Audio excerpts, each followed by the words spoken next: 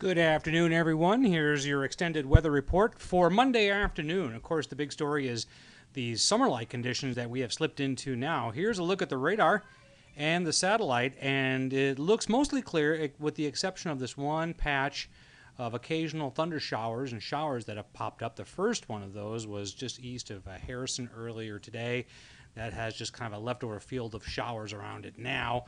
A couple of other ones that popped up there on the border between Ozark and Douglas County, also on the border between Webster and Wright County. These are popping up in extremely unstable air in a place where the cap, or that mid-level warm layer that prevents thunderstorms from erupting, is a little weaker.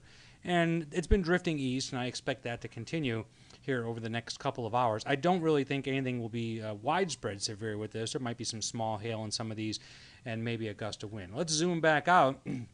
The actual severe weather is expected, if it forms at all, up here along a weak boundary in this area and also up through Iowa. I was thinking about a storm chase up there today, opted out of it, and we'll see if I regret that decision or not. It's unstable, but again, there's a little capping inversion in place that would keep, I think, thunderstorms from erupting. What's curious is this little cumulus line right here, and I wonder if the northern extent of that might indeed foster showers and thunderstorms in the exact area I was thinking about going, northeastern Kansas. But if we zoom out here and I show you the temperature pattern, you can see low 80s across most of the Ozarks, unless you were rain-cooled and cloud-cooled today, like Harrison and Mountain Home, both in the upper 70s. The cooler air is residing up here in Montana now with the 50s there. Now, a chunk of cold air is still going to cut itself off later in the week. It's an interesting little event that we're expecting, and I can show that to you if we switch now to the long-range computer models. This is the upper atmosphere, and you'll just kind of watch the developments there in the northern plains. See what starts to happen. That little disturbance moves through Colorado right there, the X, and then it is so steep, and you look on the East Coast, you see that disturbance is diving south. It's a blocky pattern with a high in the middle, so this thing will just cut itself off and spin. Now, this is the 12Z GFS model, putting that cutoff low, as we call them, more south than I've seen it. In the core of that, it's going to be chilly. They've been tossing around various discussions, maybe a flake or two of snow in the core of that.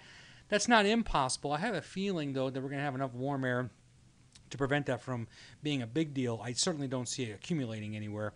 Now, what happens to this over the weekend, it just kind of lazily spins around there. This is a late Saturday, Sunday, and then I think moves away. But some models have been retrograding or backing that up. I have a feeling this is going to be okay. It's going to get dislodged and move away, and we're going to have a pretty rapid warm-up after that into early next week. And I think we'll get our 70s back without a problem. But we can check out the temperature trends here. These are all the computer models and their take on it. So for this is the next couple of days. This is today, tomorrow, low 80s. Even Wednesday has a possibility of being that warm.